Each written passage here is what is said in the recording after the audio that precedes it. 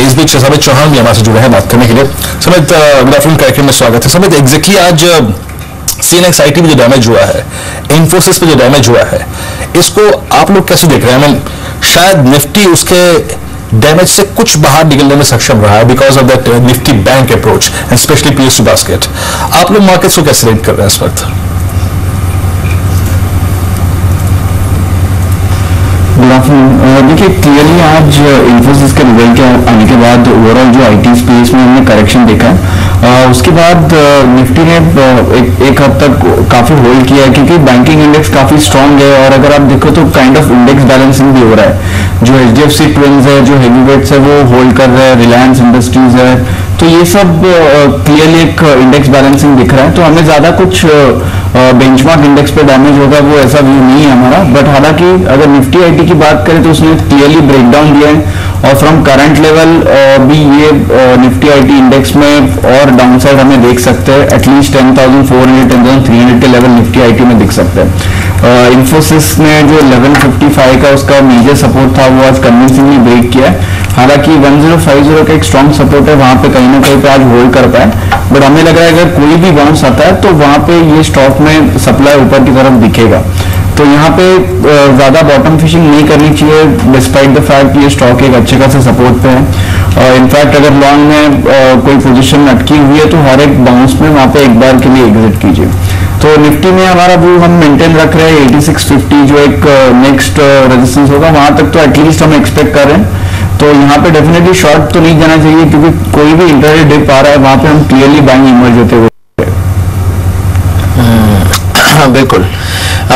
कोई और बाइंग है मिस्टर चौहान जो आपने रेकमेंड की हो? आज की जो गिरावट और थोड़ा वोलेटाइल सेशन देखने को मिला है इसमें।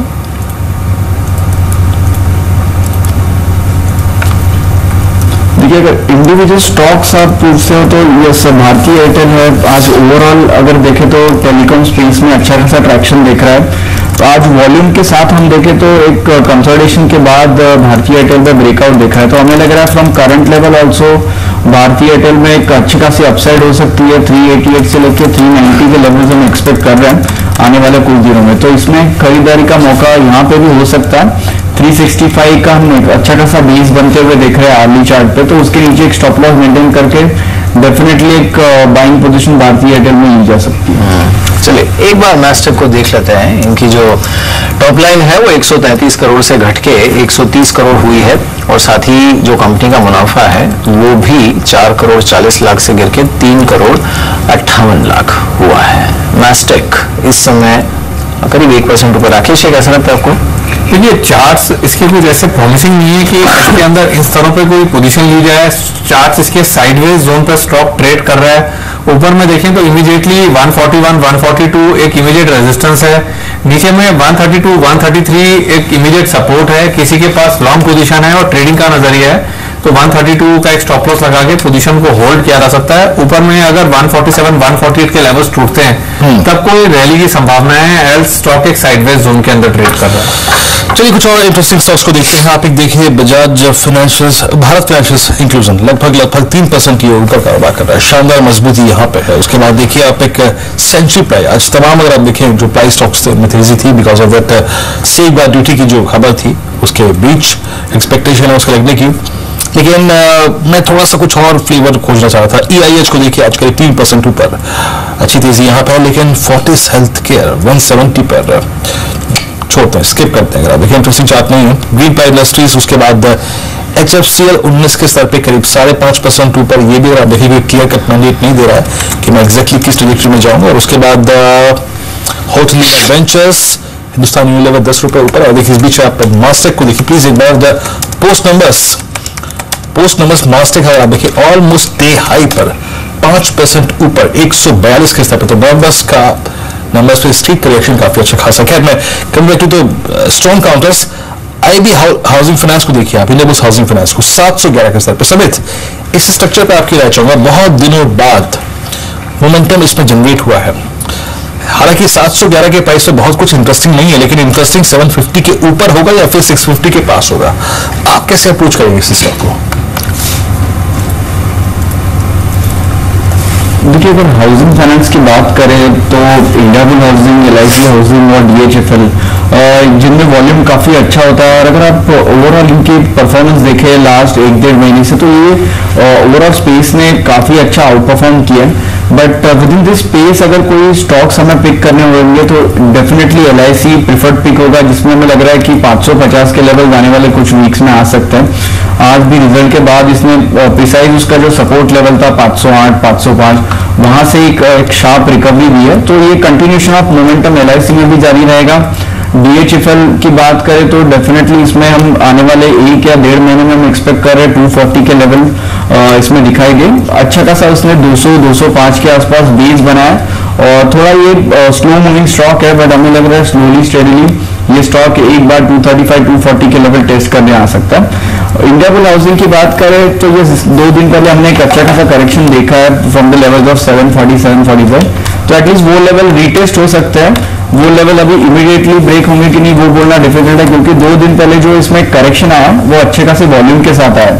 सो जब तक अभी 750-755 का लेवल वॉल्यूम के साथ ब्रेक नहीं होता है उसमें वो एक रिजम्पशन ऑफ अपट्रेंड नहीं दिखेगा। जी, इस बीच कुछ और स्टॉक्स देखते हैं जहां पर अच्छा रुझान इस समय देखने को मिल रहा है वॉल्यूम्स के साथ। ताज जीविका को देखिए, ये काउंटर करीब 12% ऊपर इस समय ट्रेड कर रहा है। ताज जीविका, राकेश क्या स्लॉग है आपकी ताज जीविका पर? ये काफी बेहतरीन इसका टेक्निकल स्ट्रक्चर है, बड़े चार्ट्स पर एक बड़ा ब्रेकआउट है, किसी के पास पोजीशन है तो होल्ड करना चाहिए। जिस तरीके से इसका टेक्निकल स्ट्रक्चर है, एक बार ये स्टॉक 123 के ऊपर निकल चुका है और एक बड़े चार्ट पर एक बड़ा ब्रेकआउट अगर आप देखें तो 2012, 13, 14, 15 की एक ईयरली नेकलाइन के ऊपर स्टॉक निकला है। इन स्तरों पर भी स्टॉक को बाय करना चाहिए और ऊपर में मुझे लगता है 144, 145 तक की रैली देखने को मिल सकती है। चलिए कुछ देर में डेरिवेटिव्स के आंकड़ों को, वादा कारोबार के आंकड़ों को देखेंगे, लेकिन उससे पहले मैं 1-2 स्टॉक्स परसेंटेज विनर्स में से जो वाइल्ड स्ट्रीट लेकर आज कारोबार कर रहा है उस पर आप देखिए एक टिन प्लेट, ये करीब 16% ऊपर, लेकिन प्लीज स्किप करिएगा, वॉल्यूम्स नहीं है इसमें, बिल्कुल भी वॉल्यूम्स नहीं है। फिर आप देखिए बराक वैली, ये कुछ ठीक ठाक वॉल्यूम्स के बीच में ट्रेड करता हुआ। उसके बाद MRO टेक, इसमें तेजी है। मंगलम ड्रग्स 181 के स्तर पर कारोबार कर रहा है, लेकिन बहुत स्पेकुलेटिव काउंटर है, इसको छोड़ते हैं। MEP इंफ्रा 53-30 सेम केस है यहाँ पर। मान इंफ्रा, ये काउंटर लगभग 1 शेयर का वॉल्यूम है, आई थिंक ये ठीक ठाक एक पिक्चर रिफ्लेक्ट नहीं कर रहा है। और एक आई थिंक JK सीमेंट 728 पे, प्लीज एक बार JK सीमेंट दिखाएंगे एक बार क्या कर रहा है एग्जैक्टली। आई थिंक मेरे चार्ट्स में थोड़ी सी यहाँ पर गड़बड़ी है, ये स्टॉक को। हमारे इस बीच साथ बात करने के लिए शर्मिला जोशी हैं फंडामेंटल्स पे। शर्मिला नमस्कार, कार्यक्रम में स्वागत है।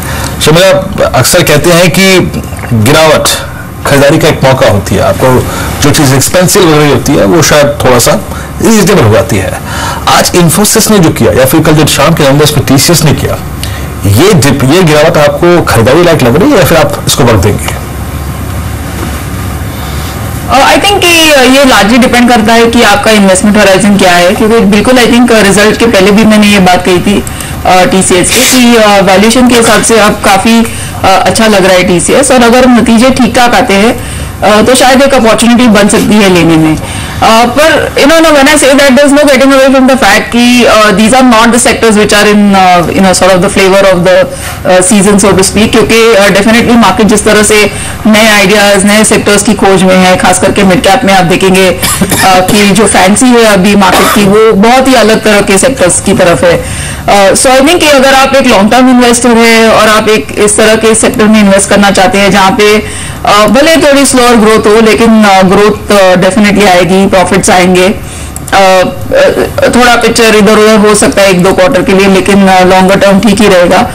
तो definitely I think whether it is TCS और इन्फोसिस, आई थिंक आज काफी गिरावट हुई है जैसे कि आपने कहा, सो स्टार्ट बाइंग, लेकिन सब अभी नहीं खरीदे क्योंकि शायद और जैसे IT के नतीजे आए तो हम थोड़ी और गिरावट देख सकते हैं, बिकॉज आई थिंक कि दिस डजंट, जिस तरह से स्टार्ट हुआ है earning season for IT, it seems to indicate कि शायद बाकी के IT कंपनीज में भी ये थोड़ा बहुत पेन नजर आए। So given that I think may be you could see them range bound for a while, but yes, definitely if you are a longer term investor then I think both are a good buying opportunity at current price. But are you confident Sharmila कि इससे और नीचे नहीं जाएगा ये? No, that is why I said कि सब अभी नहीं खरीदे, because it's possible कि थोड़ी बहुत यहाँ से गिरावट आए, लेकिन very honestly I don't see too much of a downside from current levels at the same time. So I'm just really coming from a space of caution कि आप सब अभी नहीं खरीदे, अगर क्योंकि मार्केट भी इस तरह के लेवल पे है, तो थोड़ा एक कॉशन रखे और थोड़ी खरीदारी अभी करे और थोड़ी बाकी के लिए छोड़े. बिल्कुल. चलिए इस बीच कुछ एक हैवी वेट्स देख लेते हैं. एक तो आईटीसी को देखते हैं. अभी आईटीसी देखिए अभी नुकसान है. सुबह इनफैक्ट ये होल्ड कर रहा था मार्केट को, लेकिन हम देखिए ये फिसलते हुए. रिलायंस, उम्मीद क्या है ये बताने के लिए संदीप हमारे साथ जुड़े हैं. संदीप बताइए. ठीक है, मेरे 5 क्वार्टर से लगातार अगर देखिए इस कंपनी की जो अर्निंग्स है उसमें लगातार एक बढ़त देखने को मिली है, लेकिन इस बार हमारे ऐसा अनुमान है कि सीक्वेंशियल बेसिस पे स्टैंडर्ड मुनाफा जो है 10.5% के आसपास ही कमजोरी दिखा सकता है. और वजह है रिफाइनिंग सेगमेंट, जो कि सबसे बड़ा रेवेन्यू कंट्रीब्यूटिंग सेगमेंट है, 70 से 72% के आसपास की आय यहाँ से आती है. और यहाँ पे जो जीआरएम है उसमें इस बार गिरावट देखने को मिल सकती है. $10.8 के मुकाबले $9.5 to $10 के आसपास का हमारा अनुमान है. सिंगापुर मार्जिन पे देखिए करीब $3 के आसपास की गिरावट आई है. हालांकि इतने मार्जिन नहीं गिरेंगे रिलायंस के, क्योंकि एक तो जो डीजल के क्रैक्स हैं वो नहीं गिरे हैं. बाकी अगर आप प्रोडक्ट्स के मुकाबले देखें तो वहां पे अगर आप देखें रिलायंस की जो रिफाइनिंग स्लेट है वो करीब 45% के आसपास का कंट्रीब्यूशन उसका डीजल से आता है. साथ ही साथ लाइक टू लाइक बेसिस पर अगर आप क्रूड के प्राइस को कंपेयर करें तो करीब $10 के आसपास का इजाफा आया, तो करीब $1.5 के आसपास की जो इन्वेंट्री गेन है वो भी कहीं ना कहीं प्ले आउट होगा. लेकिन उसके बावजूद भी रिफाइनिंग में एक डिप आएगा, जिसकी वजह से न केवल मार्जिन बल्कि जो मुनाफा है उसमें भी एक डिप देखने को मिल सकता है. लेकिन जो थोड़ा रिस्पाइट है वो दूसरा जो पेटकेम सेगमेंट है वहां से देखने को मिल सकता है. एक तो वहां पे जो कैपेसिटी एक्सपेंसेस पूरे हुए हैं, वॉल्यूम बढ़ेंगे, और साथ ही साथ जो मार्जिन है, चाहे पॉलीमर साइड की बात करें, पॉलिस्टर की साइड की बात करें, दोनों सेगमेंट के जो मार्जिन है उसमें इजाफा देखने को मिलेगा, जिससे कुछ हद तक अगर आप देखें जो रिफाइनिंग सेगमेंट की जो नेगेटिविटी है वो कुछ हद तक कम हो जाएगी. लेकिन उसके बावजूद भी ऑयल एंड गैस सेगमेंट से इस बार भी कोई रिस्पाइट का अनुमान नहीं है. पिछले क्वार्टर में एबिट बेसिस पे घाटा हुआ था, इस बार भी वैसा ही रुझान देखने को मिल सकता है. तो ओवरऑल हमारा ऐसा अनुमान है कि पेटकेम से जरूर थोड़ा सा रिलीफ मिलेगा, लेकिन जिस तरह से रिफाइनिंग सेगमेंट का खराब प्रदर्शन रहेगा तो उसका इंपैक्ट मार्जिन पे भी देखने को मिलेगा. करीब 4% के आसपास का डिप आएगा, और जो मुनाफा है करीब 10.5% गिरकर 6,550 करोड़ रुपए के आसपास देखने को मिलेगा. पेटकेम साइड के वॉल्यूम्स कितने बढ़ते हैं, मार्जिन कहां पे आते हैं, वो एक फैक्टर है जो कि एनालिस्ट क्लीनली वॉच करेंगे. और साथ ही साथ जीआरएम्स में कितना डिप आता है, ये दो फैक्टर्स हैं जिसके ऊपर मुनाफे का फिगर डिपेंड करेगा. रिलायंस देखें, रिलायंस के नतीजे सर, बहुत बहुत शुक्रिया आपका इसकी बातचीत के लिए और नंबर्स के एक्सपेक्टेशन समझाने के लिए. शुक्रिया. रिलायंस के नतीजे इस वक्त आ रहे हैं, ऐसे वक्त आ रहा है जब क्रूड की ट्रैजेक्टरी मोर लेस पिछले 1-1.5 महीने से 45 से 50 के बीच में है, समहाउ इस रेंज को होल्ड कर रहा है. और एक और चीज शर्मिला, आप देखिए पिछले 1-1.5 महीने से डिस्कशन इस बात को लेकर बढ़ गया है कि आप पोर्टफोलियो में आपको वेटेज प्रेफरेंस स्टॉक सिलेक्शन में किस चीज को प्रेफरेंस देनी चाहिए. आप ओएमसीज को आप प्रेफरेंस दें, या फिर अब इस वक्त थोड़ा अपस्ट्रीम के बारे में सोचने का वक्त है, सोचने का रिलायंस के बारे में वक्त है, सोचने का ओएनजीसी के बारे में वक्त है. आप एग्जैक्टली पोस्ट नंबर रिलायंस पे क्या करना चाहेंगे, और स्पेशली जो ओएनजीसी ने पिछले 3-4 दिन में मूव दिया है उस पर आपकी राय है. बिल्कुल. I think this whole space, जैसे कि आपने कहा, poise at a very interesting junction, क्योंकि ये बात जरूर है कि जिस तरह से पहले क्रूड गिरते गया और जिस तरह से बात हुई कि that parity will come between prices, और इनफैक्ट एट वन टाइम हमने देखा कि OMCs के फेवर में ही थी prices, till we saw a little bit of a correction there. I think marketing companies लेना ज्यादा सेंस करता था, लेकिन आई थिंक कि जिस तरह से पिछले 2 हफ्तों में बात चली है कि केरोसिन में भी हम एक डीरेगुलेशन देखेंगे, वहां भी एक प्राइसेस बढ़ाई जाएगी, तो उस वजह से आई थिंक थोड़ा बहुत बर्डन जो एक्सप्लोरेशन कंपनीज है उन पर कम होने की ज्यादा उम्मीद होने लगी है. And we have seen a bit of a bounce there. So I think definitely exploration companies can be bought at this point in time, लेकिन ये सिर्फ कैवेट रहेगा कि ये न्यूज जो है we really need to see it come in a very formal way, और वहां से हम इस then the stocks can sort of build on that. क्योंकि अब ये भी सेंस आ रहा है कहीं ना कहीं कि क्रूड जिस तरह से पहले ही उम्मीद थी कि $25 तक जाएगा, $30 तक जाएगा, उस तरह की बात नहीं रहेगी. It will stay broadly in this $40-50 range. तो that is also somehow sort of found its level. और उसके साथ साथ ये अगर पॉजिटिव एक न्यूज ट्रिगर आता है तो आगे चलकर companies in the exploration space can also plan themselves better. I think Reliance is really not to be taken in this light at all, क्योंकि जिस तरह के नतीजे आए हैं रिलायंस से in the past quarters, it's clearly I think to be valued on its own merit. और I would have a positive view on it. आज के नतीजे आने देते हैं, क्योंकि यही उम्मीद है कि थोड़े बहुत सॉफ्ट नतीजे आएंगे। Plus we need to hear on Reliance Jio launch etcetera. और स्टॉक काफी रेंज बाउंड रहा है एक्चुअली पिछले 1-1.5 साल से, और यही उम्मीद थी पिछले क्वार्टर के नतीजों के बाद की that you will actually see it move out of that range, which happened to a certain extent, लेकिन not too much. So let the, I think, quarter numbers come in, but I would really, put really Reliance in a separate basket as compared to an ONGC. And Kane, very honestly, I wouldn't want to buy at all at this point in time. तो अगर आपके list में मेरे stocks है तो there would still be marketing companies and then followed by these. लेकिन इसमें राकेश, आप 1000 के ऊपर जब तक रिलायंस होल्ड कर रहे हैं, आई थिंक एक चीज जो मार्केट देखना चाहेगा इस बार क्वार्टरली नंबर्स के साथ, वो है रिलायंस जियो के लॉन्च की डेट फॉर्मल। और अगर वो हो जाता है तो आप रिलायंस को 1000 के ऊपर तो इसने होल्ड किया ही है 3 दिन से लगातार, इसे कहाँ जाता देख रहे हैं आप? देखिए मीर, डेफिनेटली रिलायंस ने इन स्तरों पे 1000 के ऊपर होल्ड कर रहा है, बट टेक्निकली आप देखें तो अगर कुछ पॉजिटिव न्यूज आती है तो ऊपर में 1060, 1065 के स्तर देखने को मिल सकते हैं। बट अगर आप इस नतीजों को प्ले कर रहे हैं तो नीचे में 998 पर एक स्टॉप लॉस जरूर लगाएं। अगर 998 के नीचे निकलता है तब स्टॉक में करेक्शन देखने को मिल सकती है। सभी कुछ और स्टॉक्स को देखो जिनमें काफी स्ट्रॉन्ग मूव है आज, अभी विद वॉल्यूम्स जो कि स्ट्राइक कर रहे हैं। आप देखिए 5 GB के होटल्स का कुछ देर पहले बिहेव में जिक्र किया था। विंटा लैब्स को देखिए, इसमें काफी स्ट्रॉन्ग मूव है। फोर्टिस हेल्थ का जिक्र मैंने किया। जेके सीमेंट्स, यहाँ पर एक मूव था। प्रीकॉल जैसे कुछ स्ट्रक्चर्स जहां पे आई थिंक हम रोज रॉन्ग प्रूव होते हैं। आई मीन कल शायद क्लोजिंग के वक्त में सोचा था कि दैट्स इनफ, नहीं बॉस हो गया, बाहर निकलो। आज सुबह फिर आप सडनली आप रॉन्ग प्रूव हो जाते हैं, क्योंकि लॉ ऑफ ग्रेविटी अप्लाई ही नहीं हो रहा है। मैंने जो चीज जितनी चल रही है उतना क्वांटम में गिरी नहीं रही है, वो और उतना चलती जा रही है। अब somebody who is holding pre-call at 85, at 70 or might be 60, book करके बाहर निकले एक बार आप।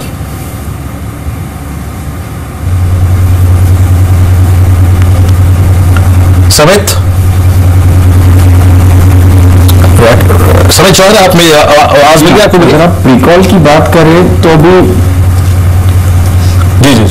जी हाँ, अगर आपने प्रीकॉल का जिक्र किया है तो डेफिनेटली इसमें लास्ट 2 दिन में हमने एक अच्छा खासा मोमेंटम देखा, और ये एक स्टॉक 2 या 2.5 वीक के जो कंसोलिडेशन के बाद इसने ब्रेकआउट दिया। और लास्ट 2 दिन में अगर आप वॉल्यूम देखें तो काफी ज्यादा है, उसके एवरेज वॉल्यूम से मोर देन 4-5 टाइम्स है।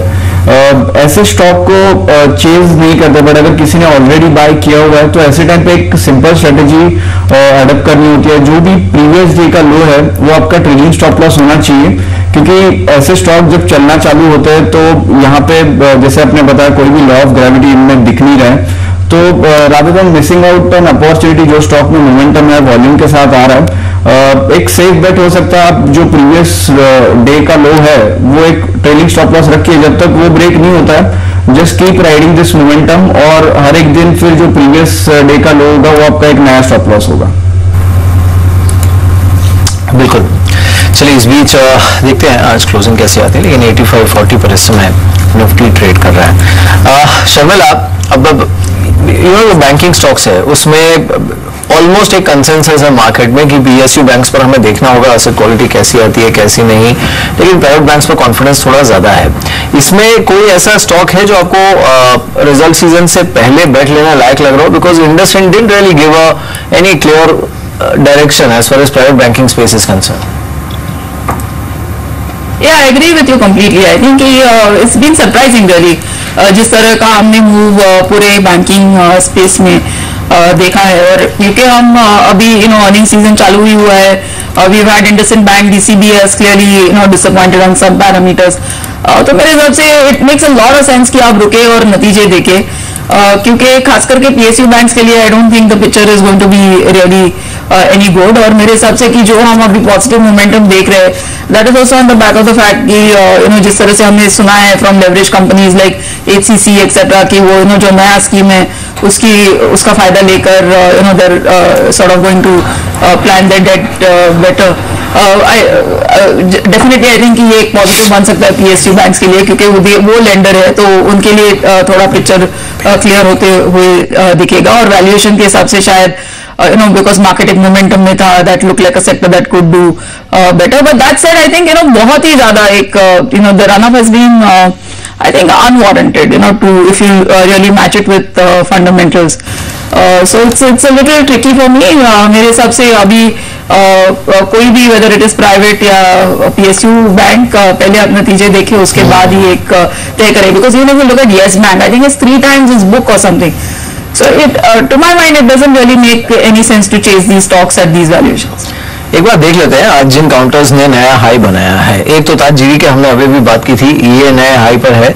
मनपसंद बेवरेजेस है जिसने एक नया हाई बनाया है। HDFC बैंक इसने एक नया हाई बनाया है। बर्नपुर सीमेंट्स और लक्ष्मी विलास बैंक इन पर नया हाई देखने को मिला है। आज टाटा स्टील ने 52 वीक हाई हिट किया है, 4% ऊपर। फिलिप्स कार्बन है, इसने भी एक नया हाई बनाया है और साथ ही HUL, विजया बैंक, दीपक नाइट्राइट और यस बैंक, ये कुछ काउंटर्स हैं जिस पर नया हाई देखने को मिला है। लेकिन एक ट्रिगर हैवी दिन मार्केट के लिए, 2 बड़े नतीजे आ गए, तीसरा मार्केट बंद होने के बाद आएगा। ऐसे में 8600 ये एक रेजिस्टेंस के तौर पे डेफिनेटली मार्केट पर आज प्ले हुआ है। कोशिश की इसने लेकिन सरपास कर नहीं पाया। इंडिकेशंस क्या है FNO साइड पर?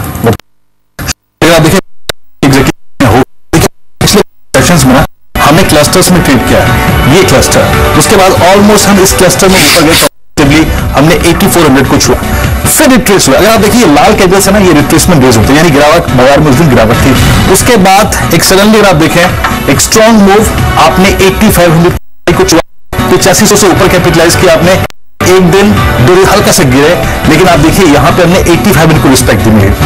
आज के सेशन में भी इन्फोसिस ने एक प्रश्न चिन्ह जब लगा दिया, ये अगर आप देखें एग्जैक्टली 8600 से भी, लेकिन आप देखिए आज के सेशन में भी 8500 ने कितना बखूबी काम किया। तो 8500 आपके लिए एक स्ट्रॉन्ग सपोर्ट होगा। अगर आप एक बहुत शॉर्ट टर्म ट्रेड हो रहे हैं ना, याद रखिए 8500, क्यों? आपकी 8500 की पुट में 43 लाख शेयर का ओपन इंटरेस्ट खड़ा हुआ है, और याद रखिए की कॉल में 58 लाख शेयर का ओपन इंटरेस्ट है। वो इंडिकेट कर रही है कि ये प्रेशर पॉइंट रहेगा, और बिकॉज क्योंकि इन्फोसिस के नतीजे अच्छे नहीं रहे तो ये प्रेशर पॉइंट रहेगा। लेकिन याद रखिए 8500 मेक और ब्रेक रहेगा, और 8600 यहां पर मेक और ब्रेक रहेगा। अगर ये टूटता है याद रखिए तो 8400 की पुट, जहां पे लगभग 70 का ओपन इंटरेस्ट खड़ा है, वो अपना क्रिटिकल इंपैक्ट निभाएगी। फॉर द टाइमिंग इस छोटी सेल में है 86 क्रिटिकल, नीचे 80 क्रिटिकल। आई थिंक मैं इस चार्ट को आपको थोड़ा सा आर्ली चार्ट पे भी समझा सकता हूँ। एग्जैक्टली अगर आप देखें कि ये आर्ली चार्ट पे क्या कर रहा है, अगर आप देखिए बड़ी क्रिटिकली, ये देखिए इनफैक्ट ये 8600 है ना, ये थोड़ा सप्लाई की तौर पे काम कर रहा है, लेकिन हम समहाउ 8500 को होल्ड करें। तो याद रखिए 8480 और 8600 दोनों बड़े क्रिटिकल फेज में मार्केट इस वक्त फंसे हुए हैं। और कुछ कॉम्बिनेशन दिखते हैं मार्केट एग्जैक्टली अगर आप देखें कैसे मार्केट, और दूसरे फैक्टर्स क्या क्या है इसमें चाहते हैं मार्केट मैपिंग रिपोर्ट में। आप देखिए इस वक्त एडवांस डिक्लाइनेशन देखिए मेरे ऑलमोस्ट 29 एडवांसेस, डिक्लाइंस करीब अगर आप देखें 22, दैट मींस बाइंग एफर्ट्स है। आप सिर्फ इन्फोसिस के एंगल से बाजार को मत देखिए, आप बैंकिंग के एंगल से देखिए। और ऑलमोस्ट आप देखिए ओपन इंटरेस्ट में आज करीब 8.5 लाख से जुड़े, दैट मींस बाजार जैसे ही 8500 के आसपास गया तो फ्रेश लॉन्ग कमिटमेंट्स आए। आप ये देखिए यहां पर जैसे बाजार आया तो कमिटमेंट्स लॉन्ग आ रहे थे। तो अभी भी 8500 क्रिटिकल रहेगा, मेक और ब्रेक, और 8600 अगेन मेक और ब्रेक लेवल रहेगा।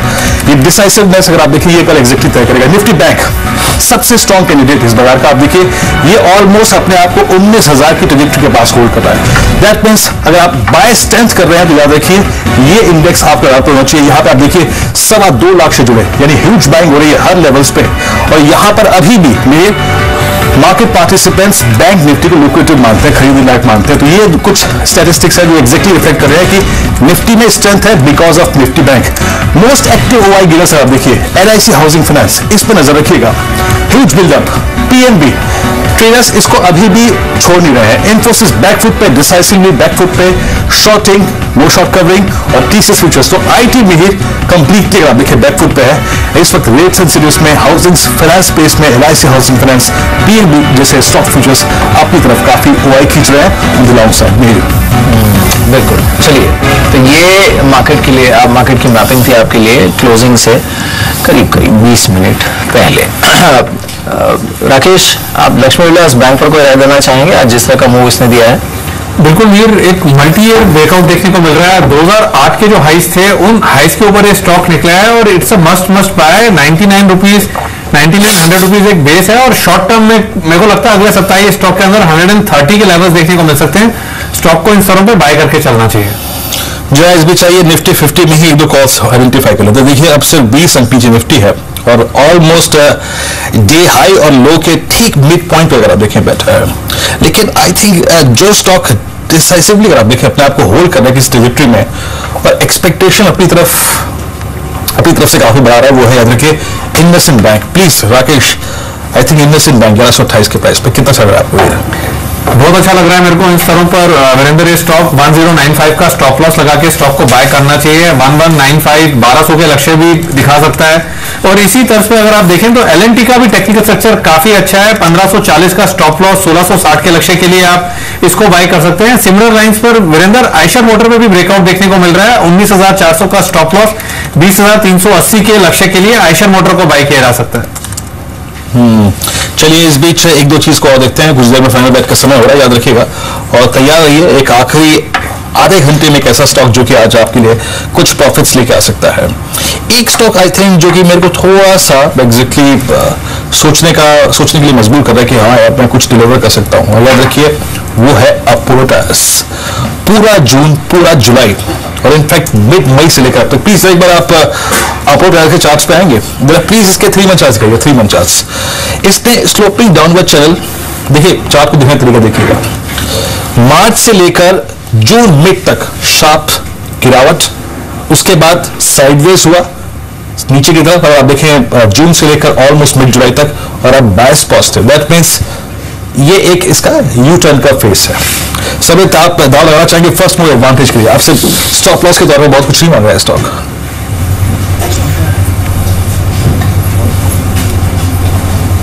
देखिए अपोलो टायर की बात करें तो ऑलरेडी हमारा इसमें एक बाय रिकमेंडेशन ऑन है। 29 जून को इसने एक फॉलिंग वेज पैटर्न में से ब्रेकआउट दिया था अराउंड 149 150 के आसपास। सो उसके बाद थोड़ा एक कंसोलिडेशन देखा है कि क्लियरली फॉलोड बाय मिसिंग थी।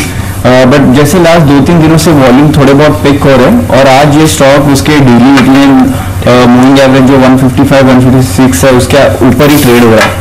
सो हमारा target initial 165 and second target would be around 172। तो इसमें हम बाइंग की सलाह हमारी बरकरार रख रहे हैं और 149 का भी इसमें स्ट्रिक्ट स्टॉप लॉस मेंटेन करना चाहिए। चलिए अब ऑलमोस्ट समय हो गया फाइनल बैट का, लेकिन उससे पहले 2 स्टॉक्स और दिखाता हूं आपको। बजाज फिनसर्व लगभग 7% ऊपर 31 रुपए की मजबूती लेकर 2429 पर और भारतीय एयरटेल 378 याद रखिएगा ऑलमोस्ट ये अपने मई जून जुलाई के हाईस की तरफ बढ़ता है स्टॉक। शानदार मूव के साथ भारतीय एयरटेल करीब 378 के साथ। लेकिन फाइनल बैट क्या है आइए देखने चलते हैं हमारा खास सेगमेंट।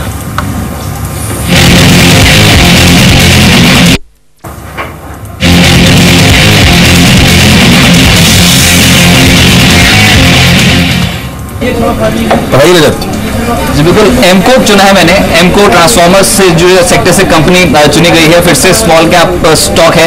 लेकिन जिस तरीके से पिछले तिमाही के रिजल्ट्स में टर्न अराउंड स्टोरी थी, तो हो सकता है जो इस बार रिजल्ट्स है उसमें भी चौंका है, क्योंकि वन बाय बेसिस पे कंपेयर करेंगे तो इसी क्वार्टर के पिछले फिस्कल के इसी क्वार्टर में घाटे में थी कंपनी। पिछले Q4 में कंपनी ने मुनाफा दर्ज किया था और ऑपरेटिंग प्रॉफिट काफी स्ट्रॉन्ग दर्ज किया था। उस तर्ज पे हो सकता है कि बेहतर नतीजे पोस्ट करें और वो स्टॉक तलाशने की कोशिश की है जहां पर टेक्निकल पैरामीटर सुधर रहे हैं। देखिए पिछले कुछ दिनों से निचले से पलट रहा है काउंटर, वीकली चार्ट्स पॉजिटिव है, डेली वीकली चार्ट्स पे सभी क्रूशियल एवरेजेस के ऊपर कामकाज कर रहा है। और सबसे बात जो मैंने बताया कि टर्न अराउंड स्टोरी Q4 में हुई, लेकिन उसके बावजूद बुक वैल्यू देखेंगे क्योंकि पास्ट परफॉर्मेंस में कंपनी घाटे में थी, अब जाके कहीं ना कहीं सुधार देखने को मिल रहा है। तो प्राइस टू बुक देखेंगे तो वो बहुत कम है, 0.34 के आसपास है, यानी कि अपसाइड पोटेंशियल बहुत स्ट्रॉन्ग है। नतीजे बेहतर आ जाते हैं तो चौंका देगा ये काउंटर। पहला टारगेट मैं समझता हूं कि इसमें 31.5 का देखने को मिल सकता है। उसके बाद 33 तक के टारगेट्स के लिए अप्रोच कर सकते हैं, लेकिन ये निचले स्तरों से काफी स्ट्रांगली एक्यूमुलेटेड स्टॉक है। 27-28 के जोन पे इंपॉर्टेंट सपोर्ट है और यहां से चला तो काफी स्ट्रांग रिटर्न्स दे सकते हैं। 8.5% ऊपर एमको इस समय 30 रुपये 50 पैसे का लेवल देखने को मिला। देखिए स्पाइक किस तरह का देखने को मिला है यहाँ पर। शामिला, आप कुछ इस स्टॉक पर कोई राय देना चाहेंगे क्या? No, I'm sorry, I don't track it. कोई बात नहीं है, लेकिन ट्रैक करने के लिए बहुत कुछ है। मार्च को देखेंगे, डैडी की करा पेट्रोल खत्म ही नहीं होना है। ऑलमोस्ट देखिए आप 4200 से भागता 44-76। एक बात मानिए भाई, राकेश परसों आप राउंड प्रूव आपने प्रॉब्लम बुक कराया था। नहीं मतलब मैं मजाक कर रहा हूँ, इससे सीरियसली मत लीजिएगा, एकदम से आप सीरियस हो गए। लेकिन 4477 कभी कभी हमें कबूल करना चाहिए कि बॉस मैं यहाँ बुक करके बाहर निकल गया, लेकिन अभी क्या पैसा बन रहा है, somebody who is holding, उसके लिए फ्रेंकली स्पीकिंग क्या राय होगी? अब टारगेट्स का निकल के आते हैं। देखिए, एक बढ़िया स्टॉक है, अगर निवेश कर रखा है तो बात अलग है वीरेंद्र। अगर ट्रेडिंग के लिहाज से अगर मैंने मुनाफा बुक कराया था तो नीचे मैंने बाई, फिर आप दिल पे ले रहे नहीं बाई भी कराया था। और जैसे उदाहरण के तौर पर दे रहा हूँ, जैसे अभी यहीं बैठे बैठे दो स्टॉक्स मिहिर ने और एक आपने स्पॉट करा, ताज जीवीके और लक्ष्मी विलास बैंक, ये भी काफी बेहतरीन टेक्निकल स्ट्रक्चर है। इनको भी हमने अपने क्लाइंट्स को रिकमेंड करा है खरीदने के लिए अभी, और मुझे लगता है इनके अंदर भी एक अच्छा इजाफा देखने को मिलेगा। यार एक चीज मैं पूछना चाहूंगा, 4800 पॉसिबल है शॉर्ट टर्म में या मीडियम टर्म में इसमें? देखिए, मीडियम टर्म में तो पॉसिबल है 4800 मारुति में, कोई इसमें डाउट नहीं है। नहीं, क्योंकि मैं इसलिए प्रश्न पूछ रहा हूँ क्योंकि ऑलमोस्ट राकेश 3200 से चलता चलता 4480 पे है। शर्मिला, आप कुछ कहना चाहेंगे मारुति के इस मूव पे, या फिर ऑटो में कोई और चॉइस आपकी? Yeah, very honestly, Maruti has not been a stock that I've recommended क्योंकि मेरे हिसाब से there have been issues, I think which have not made me comfortable। जिस तरह से बीच में वो कोशिश हुई थी to get that plant, which ultimately was rejected by shareholders। लेकिन इस तरह की चीजें somehow एक डाउट रह जाता है मन में कि क्या माइनॉरिटी इंटरेस्ट प्रोटेक्ट किया जाएगा by the management। So yes, I think good numbers and all that, but not a stock that I would buy। Alternately, I think मैंने हमेशा Mahindra and Mahindra, Tata Motors, I think within the two-wheeler space, Bajaj Auto, TVS Motors, in stocks को prefer किया है, and I think a whole host of auto ancillaries। क्योंकि आई think कि अगर आपने देखा होगा पिछले 5-6 महीनों में, अगर फंडामेंटली और नंबर्स के हिसाब से अगर किसी सेक्टर ने अच्छा किया है तो I think it will be auto and auto two wheelers. And I think the last sort of to join the party has been this whole tractor and farm equipment play, जिस वजह से हमने देखा है कि एस्कॉर्ट्स एक्सेट्रा में भी एक अच्छा बहुत रन आया है। बिल्कुल। चलिए, रिलायंस आज करीब 4:30 बजे के आसपास इसके नतीजे आएंगे, लेकिन अगले हफ्ते भी कुछ इंपॉर्टेंट नंबर्स आएंगे। मिस्टर चौहान, आप अगले हफ्ते के लिए if you have to recommend some stocks, तो वो कौन से होंगे?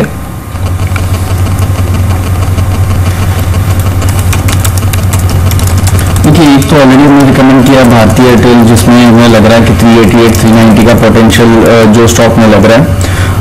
दूसरा होगा HDFC बैंक, जो एक डिप में बाइंग की जा सकती है। ये कंटिन्यूशन ऑफ अप ट्रेंड है 1180 का, उसका एक मेजर रेजिस्टेंस उसने ब्रेक किया था।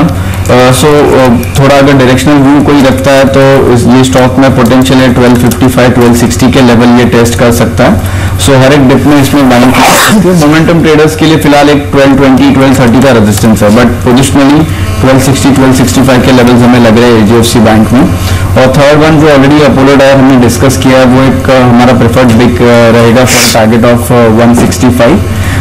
उसमें से एक और BEML है, जिसमें हमने कल अच्छा खासा स्पॉट देखा था, तो ये स्टॉक ऑलमोस्ट बॉटम आउट होते हुए दिख रहा है और हमें लग रहा है कि ये स्टॉक में काफी अच्छा पोटेंशियल है 1020 के लेवल्स आने वाले कुछ दिनों में टेस्ट करने के लिए। तो हर एक डिप में इसमें बाइंग कीजिए, 880 का स्टॉप लॉस होगा।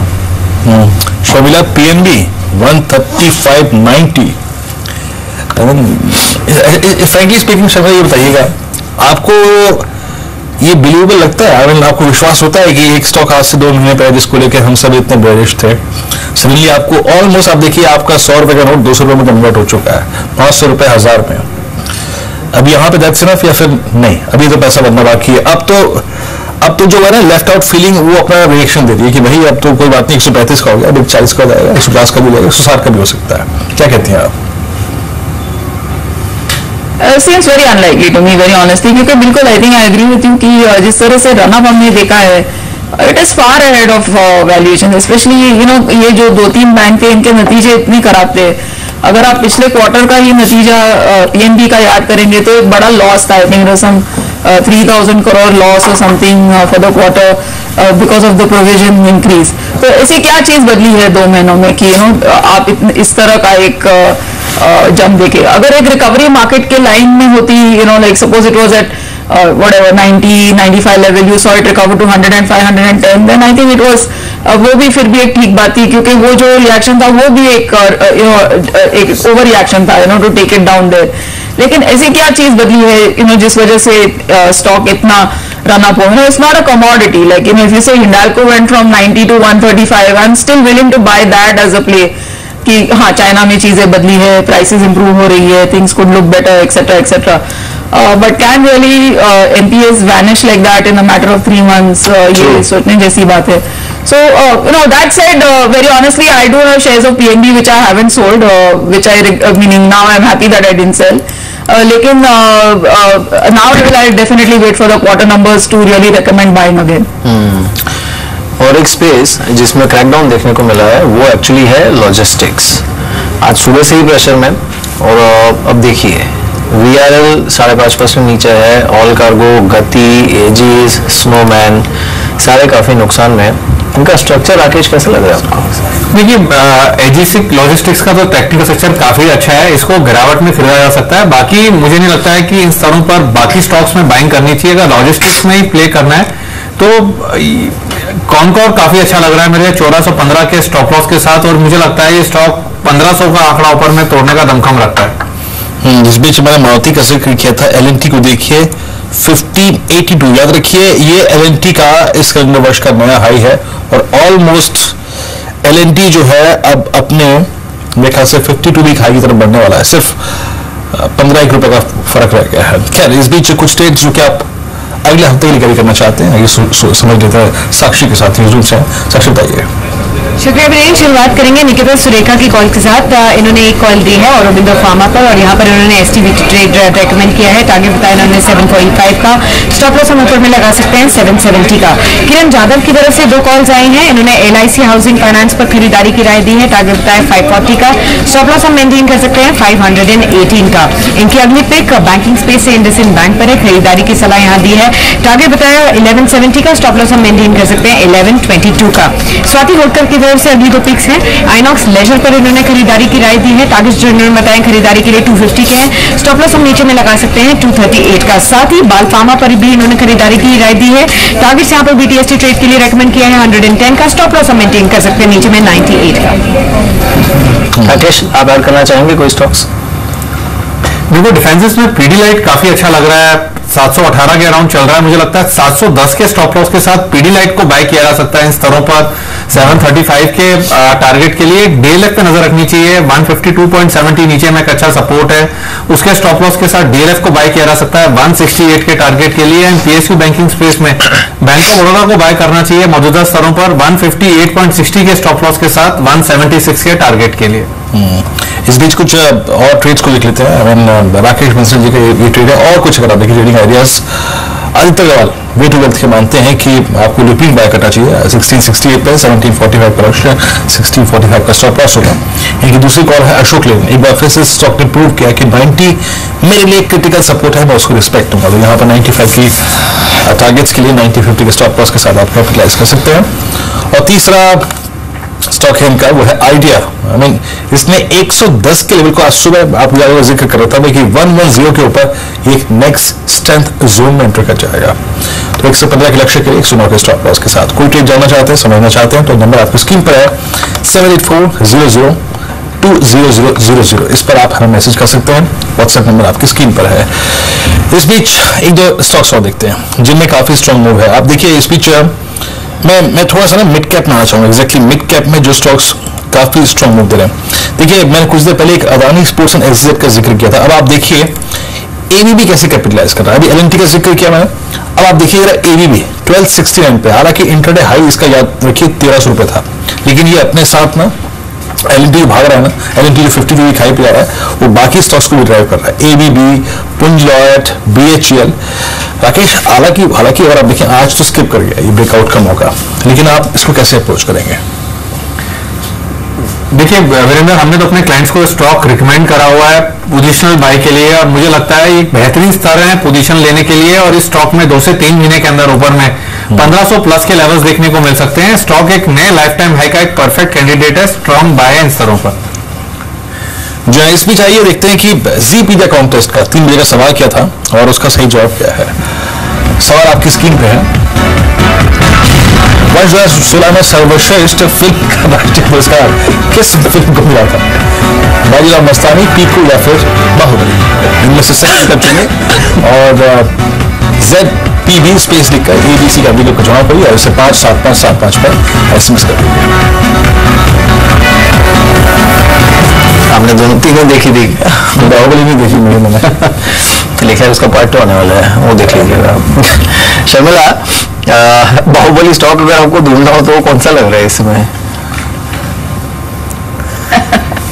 In fact, market has only gone to such levels that they are difficult to digest. तो मेरे हिसाब से अगर आपको इस समय स्टॉक्स ढूंढने होंगे तो there will be स्टॉक्स जहाँ पे करेक्शन हुआ है, like the IT stocks we spoke of earlier, और जिन्होंने रैली में पार्टिसिपेट नहीं किया है for whatever reason. One stock that you can look at could be Ashok Leyland. I think not too much of an upside, लेकिन यहाँ से I think अगर मार्केट में मोमेंटम बना रहता है तो you could see it move to 115 kind of levels. Sharmila, एक और चीज अगर आप देखें Q1 पर्सपेक्टिव से अगर मैं बात करूं, कुछ ऐसी, जैसे अभी कुछ देर पहले हम ग्रीन प्लान इंडस्ट्रीज का जिक्र कर रहे थे, हम बात कर रहे थे कि सरकार ऐसे कुछ सेक्टर्स जिनको थोड़ा सा ऑफशोर चैलेंजेस खत्म करने की बात कर रही है, सेफ ड्यूटी देने की बात कर रही है। टाइल सेगमेंट में आपने देखा होगा पहले ही ये हो चुका है, आपने चाइनीज इंपोर्ट्स के अगेंस्ट अगर आप देखें इस इंडस्ट्री को काफी अगर आप देखें सिक्योर किया है। तो ये जो ड्यूटीज लगी हैं उसके बाद इस सेक्टर पे शायद टॉप लाइन पर फर्क पड़े, बॉटम लाइन पर फर्क पड़े, उसका इम्पैक्ट इस शायद क्वार्टर में विजिबल हो। आप कुछ टाइल स्टॉक्स पे इंटरेस्टेड हैं शर्मिला? और टाइल और dies, what are we talking of? Tiles Tiles. Yes, I think for the longest time Kajaria Ceramics has been a stock that I've tracked, and I think कि उसी space में अगर आप देखेंगे तो Somani is another stock that you can look at. और बिल्कुल I think कि जिस तरह की जो whether it is anti dumping or whatever, उससे definitely ये 3-4 जो इंडस्ट्रीज है उनको रिलीफ मिली है. I would probably add even chemicals to that list, क्योंकि मार्केट की फैंसी काफी इन तरह के स्टॉक्स पर भी आई है ना. सो स्टॉक्स लाइक थिरुमलाई केमिकल और बोडाई केमिकल, ये भी काफी ठीक लग रहे हैं आगे के हिसाब से. आज हिंदुस्तान यूनिलीवर भी एक तो नए हाई पर खड़ा है और 944 पर. राकेश, HUL क्या करेंगे? देखिए, बेहतरीन स्ट्रक्चर है, अवधि का नजरिया तो स्टॉक को मौजूदा स्तरों पर बाई किया जा सकता है. एक और एक स्टॉक देखिएगा राकेश, एक बार केशोराम इंडस्ट्रीज, हालांकि वक्त काफी कम है, केशोराम इंडस्ट्रीज फिर भी एक बड़ा अच्छी ब्रेकआउट की तरफ बढ़ रहा है. आप कैसे अप्रोच करेंगे इस स्टॉक को? Kesoram industries please. देखिए वीरेंद्र, एज ए डिस्क्लोजर हमने अपने क्लाइंट्स को ये स्टॉक डिलीवरी में बाय करने के लिए रिकमेंड करा हुआ है. एक टर्न अराउंड स्टोरी लगती है. टेक्निकली मुझे 2-3 साल में 500 रुपए के भाव भी मुमकिन है. शॉर्ट टर्म का नजरिया तो भी 140 के ऊपर आपने राइटली मेंशन करा. एक क्लियर कट एक ब्रेकआउट है, एक स्ट्रॉन्ग बाइंग कैंडिडेट है मौजूदा स्तरों पर.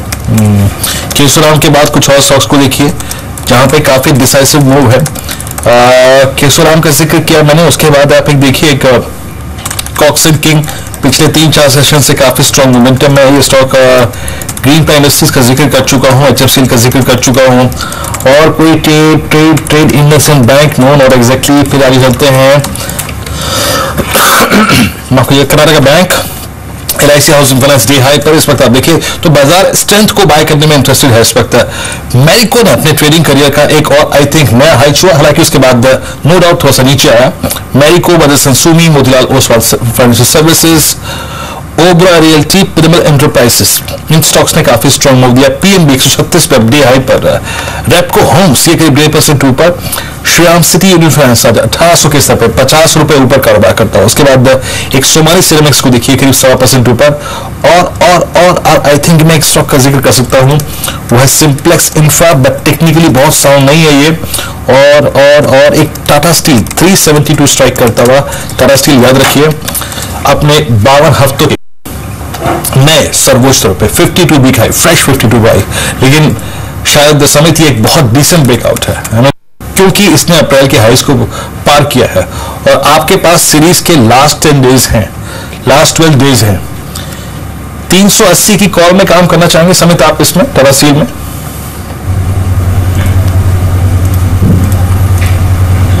देखिए 12 जुलाई को इसने जो टुवर्ड्स दी फैग एंड एक ब्रेकआउट दिया था 340 के इसके कंसोलिडेशन रेंज में से, वो एक अच्छा खासा बाइंग पॉइंट था. हमने वहां पर रिकमेंड किया था. इमीडिएट एक 363 से लेकर 365 के टारगेट थे जो ऑलरेडी अचीव हो गए, बट विद डायरेक्शनल मूव ये स्टॉक स्ट्रॉन्ग दिख रहा है. इसमें जो लास्ट वॉल्यूम पिकअप दिख रहा है वो काफी अच्छा है. जैसे आपने 380 के कॉल के बारे में बोला, तो डेफिनेटली इसमें एक अच्छी खासी पोजीशन ली जा सकती है। थोड़ा एक कंसोलिडेशन का वेट करेंगे। अगर मंडे ट्यूसडे में एक कोई भी इसमें 1.5-2% का अगर डिप आता है, तो वहां पे आप एक कॉल ऑप्शन चल सकते हो। ये स्टॉक में आने वाले 4 या 5 दिनों में यहाँ से 3 to 4% का एक अपमूव हम देख सकते हैं। गलत दिनों की खराब है, मिहिर के भी और वेदर क्लोजिंग की तरफ बढ़ रहे हैं। वेदर तो अच्छा है, बहुत लोग करें आईटी का बेल वेदर तो थोड़ा डामाडोल है ना, तो हमारा भी वेदर वैसा ही है थोड़ा। चलिए आप क्लोजिंग की तरफ बढ़ते हैं। फाइनली आप देखें एक अच्छे हफ्ते की शायद इन्फोसिस ने आप देखें थोड़ी बहुत जो कहते हैं ना मूड बिगाड़ दिया, अदरवाइज ठीक ठाक हफ्ता था। 8600 को आप स्ट्राइक करके आ रहे थे, CY16 के नए हाई पे बन हो रहे थे, लेकिन थोड़ा सा बैकफुट पे आगे चल कर हो गया आपको। 28 अंक नीचे निफ्टी, 102 अंक नीचे सेंसेक्स। भारतीय टेल के 12 रुपये, शानदार स्ट्रक्चर, तरास्टी एट 50 वीक हाई। भारतीय टेल almost close to CY16 highs. Idea ने स्ट्रॉन्ग मूव दिया, 110 की ट्रिब्यूटरी के ऊपर आया। HDFC बैंक स्ट्रॉन्ग मूव करीब 22 रुपये ऊपर रहा। उसके बाद बॉश में रोज बरोज 500 रुपये का पत्ता बन जाता है। और उसके बाद बॉश के बाद आप देखिए तो HDFC भी करीब 1359 के स्तर पे। टेरा मोटर्स में काफी स्ट्रॉन्ग मूव था। एक बार लूजर्स पे आते हैं, और आई थिंक लूजर्स में बात करने की जरूरत नहीं है। पहला स्टॉक इन्फोसिस आपकी स्क्रीन पर 105 रुपये नीचे। हम बात कर रहे थे सुबह आज 1140-1200 के रेंज को शायद रिस्पेक्ट है, लेकिन दोनों में से किसी लेवल को रिस्पेक्ट नहीं दी। तीनों स्टॉक्स, चारों stocks, Wipro, TCS, Tech Mahindra, Infosys, चारों बैकफुट पे डिसाइसिवली। उसके बाद फार्मा स्पेस से ऑरबिंदो फार्मा, BHL थोड़ा सा बैकफुट पे आया, लेकिन नो इश्यूज। इस हफ्ते खूब चला है ये स्टॉक है। NTPC अब देखिए बैकफुट पे आया थोड़ा सा। एक्सेल टेक्नोलॉजीज लगभग 12 रुपये नीचे, आज के 716 के स्तर पर। उसके बाद अगर आप देखें आज के कुछ स्टार प्राइस परफॉर्मेंस है, देखिए स्पाइस में मिलती ताज GVK, विंटा लैब्स, ग्रीनटा इंडस्ट्रीज, मंगलम टिम्बर, ये कुछ काउंटर जहाँ पे काफी स्ट्रॉन्ग होता है। उसके बाद मंगलम ड्रग्स, सदा एनर्जी, विंटा लैब्स, और यहाँ पर देखिए कुछ काउंटर्स उसमें KCP, पिकॉल, निटको, AIH, इन सभी काउंटर्स में काफी स्ट्रॉन्ग होता है। और उसके बाद यहाँ पे कास्टेस technology, hotel ventures, Jamna auto industries, Vijaya bank, इन सभी काउंटर्स में देखें काफी स्ट्रॉन्ग हो। और उसके बाद आज के जीरो प्राइस परफॉर्मेंस में देखें तो जो थे हेक्सागन, BC बैंक, मार्केट्स बंद, हफ्ता क्लोज 8538 पे closing versus day high of 8594। एक अच्छा, बुरा, बहुत बुरा और थोड़ा सा कम अच्छा दिन, सब कह सकते हैं आप इसे। सुबह खुलते साथ अगर आप देखें तो ऑलमोस्ट इन्फोसिस के इंतजार के साथ आपने 8594 छुआ, लेकिन इन्फोसिस के आते ही साथ इन्फोसिस इटसेल्फ नीचे आपने लो लगाया कम से कम 8510 का, लेकिन उसको भी होल्ड किया एटलीस्ट। बस ये है कि 8550 के नीचे राकेश क्या करें? देखिए मेरे नीचे से एक अच्छी खासी रैली बनी थी, 8600 के लक्ष्य थे। आईटी ने मूव थोड़ा स्पॉइल करा, बट नीचे की डाउनसाइड भी मुझे लिमिटेड लगती है।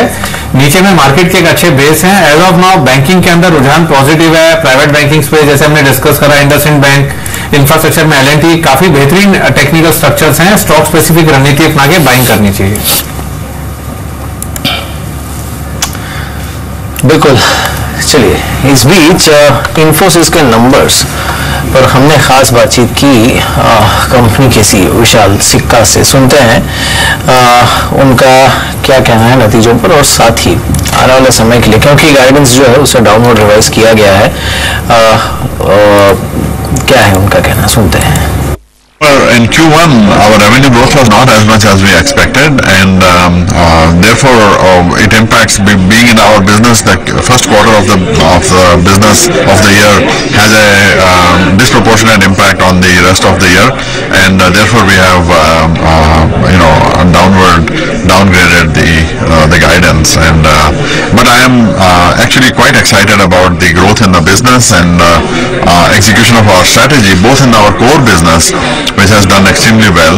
Our core delivery services grew by 3.4% over the quarter, as well as our new services, which have grown quite significantly. So these the headwinds that we have seen have been localized to a couple of small areas of our business, and we will continue to focus on those as we go forward.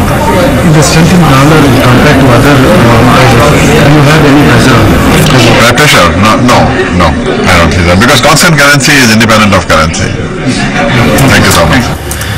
तो ये थे विशाल सिक्का जी business से खास बातचीत करते हुए। राकेश, आपका शुक्रिया हमारे साथ इस बातचीत में शामिल होने के लिए।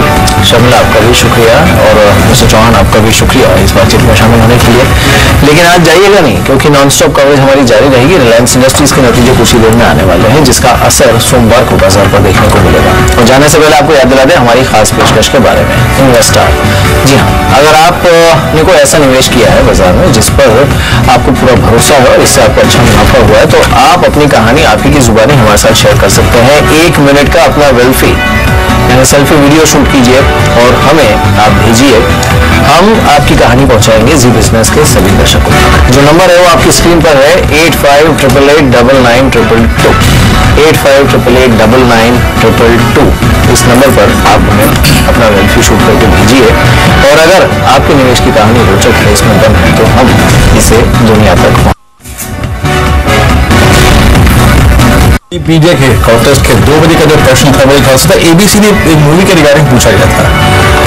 डांस पर आधारित फिल्म एबीसीडी यानी अमेरिकन डांस के निर्देशक का नाम क्या था, और रेमो डिसूजा सही जवाब था। और सही जवाब देने वाले का नाम क्या था, ये लिखते हैं स्मिता मुंडाल कोलकाता से। बहुत शुक्रिया, इस कॉन्टेस्ट में भाग लिया आपने, शुभकामनाएं आपको। फिलहाल अंतिम बाजी में इतना ही, छोटे से ब्रेक के बाद। लेकिन याद रखिए, अगर आप रिलायंस को समझना चाहते हैं बारीकी से, रिलायंस की रिजल्ट का हमारी कवरेज जारी रहेगी। नमस्कार।